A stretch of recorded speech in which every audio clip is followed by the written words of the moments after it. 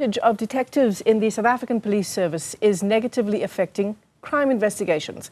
The service is reportedly overwhelmed by a high number of dockets that remain open and have not been concluded.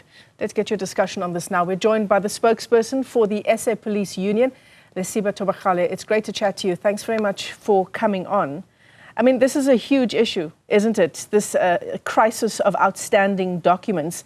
But I suppose we need to try and understand why detectives are leaving the police service in droves the way they apparently are. Yeah, thank you, Michelle, for having us, and greetings to your viewers back at home. There's a whole lot of challenges that our detectives in the South African police services are faced with, which ranges around, I mean, let's look at the clothing allowance that is there for them. They are always expected to be dressed, neat and clean, and to be dressed, looking good whilst they're performing their duties of investigations. But when you look at issues that range around the allowance that they get of 1,600 clothing allowance, which out of that, one is expected to buy a suit, to buy shoes, to buy a shirt, and we're just talking about one, which that amount doesn't even reach for one, but every day they're expected to look, proper in terms of what they need to do in terms of investigations. And further to that, we also need to look at the lack of growth in terms of them being detectives. If their growth indeed was quite guaranteed, then they would remain under detective services, because they end up moving to other components in order for them to be promoted, meaning that a detective would leave to go and work at Vispol, to go and work at the community service center, to go and work in somewhere else within the South African police services. That on its own, it really means that the detective services on its own is not able to retain detectives. And also the lack of allowance for detectives to say that they specialize. I mean, they go for the specialized courses of detectives, which they should be remunerated in relation to that. Because remember what a detective does. If a case docket has been opened, a detective comes in. If there is no suspect, they go trace that suspect through the investigations. And then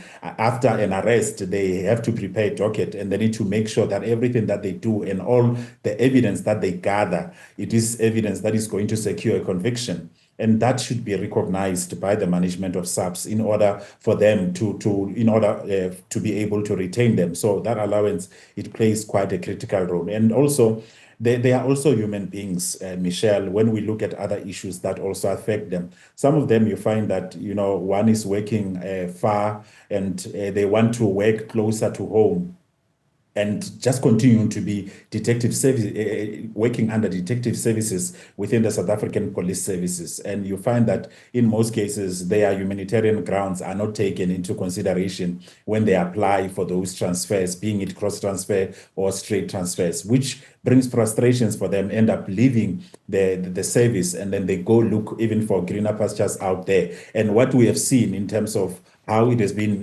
rolling out over the years. Some of them, then they would come later through re-enlistment. So we need to ensure that we have permanent solutions which will assist in retaining our detective services, and also looking at within the detective services, we can also enhance our specialized units like murder and robbery, so that within the detective services, they can have specialization even more to address even other levels of crimes that we are dealing with. But it becomes very painful where they're expected to report to work. They are carrying 500 dockets, and on top of that, they don't have resources for them to do that, to go and do investigations on those dockets. So it really brings frustrations. And at the end of the day, some commanders, they will just go and when they have to rate their performance, they rate them low, but not giving them the necessary resources that they need for them to do their investigations. So it really brings frustrations. Some just end up, what, let me go to other components, or let me just leave the South African police services at large. Yeah, absolutely. And who can blame them, right? The docket crisis in South Africa, 1.9 million outstanding dockets. One can just imagine how overstretched the detectives are who are still within the SAPS.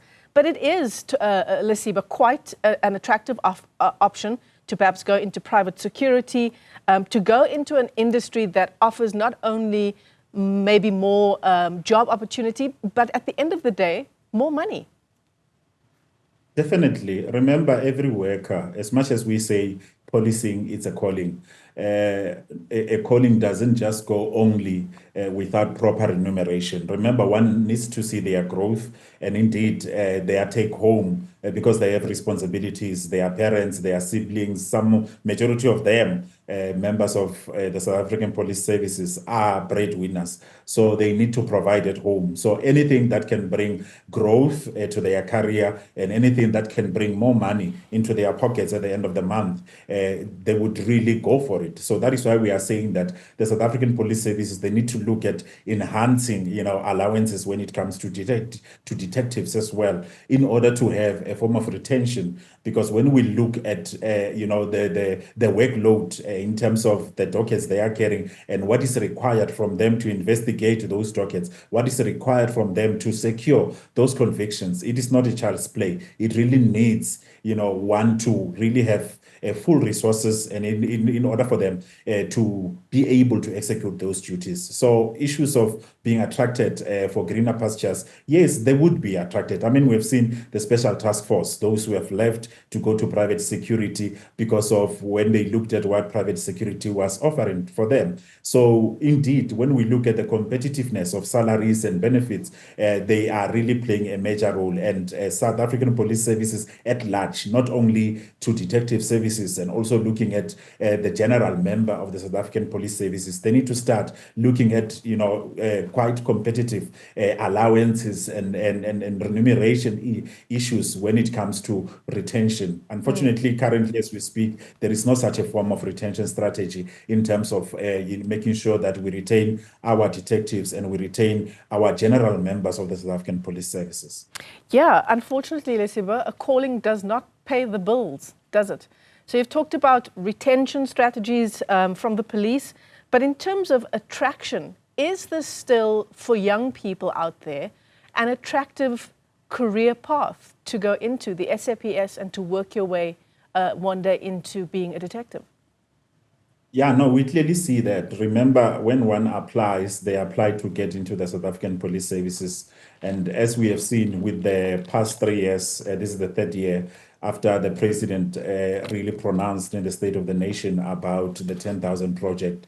The applications that came there were thousands and thousands of them were young people wanting to get into the service. And once they are in college, before they could go on the pass-out parade, they would then be allocated to say such and such would work under public order policing. Some will go to VISPOL, some will go to detective services and so on. So that one, it is still yet, a worrying factor, Michelle. It is on the basis that, they get to be allocated from college. But when they get there, because of the lack, because of the shortages that we are having of detectives, then they do not have enough people who would mentor them. They come into an environment that is already challenged, that is already under-resourced, but yet they will also be expected, to be fit and proper and really to show results in terms of investigations, in terms of convictions, and so on, and which really makes it difficult. And those issues are quite very important issues which needs to be resolved. Because imagine you are just coming into a career and already you are faced with such challenges of lack of resources, and how would you really be able to grow within such a career pathing, whilst even the career itself does not guarantee your growth. So that is why we want to reiterate the point that we said earlier, that you find that some would leave to go and work under other components within the South African Police Services, because then they apply for promotions. Then you find that a detective, a skill that you need under detective services, it is somewhere else where it is not quite needed, because this person is specializing in what they are doing, but because of the lack of recognition of their specialization, then they happen to go and follow other components within the South African Police Services, which really brings a lot of questions. Yeah, absolutely. Lesiba, Thobakgale, let me thank you for your time. Such an important discussion. One can just imagine the pressure that existing detectives are under, given the 1.9 million outstanding case dockets in South Africa.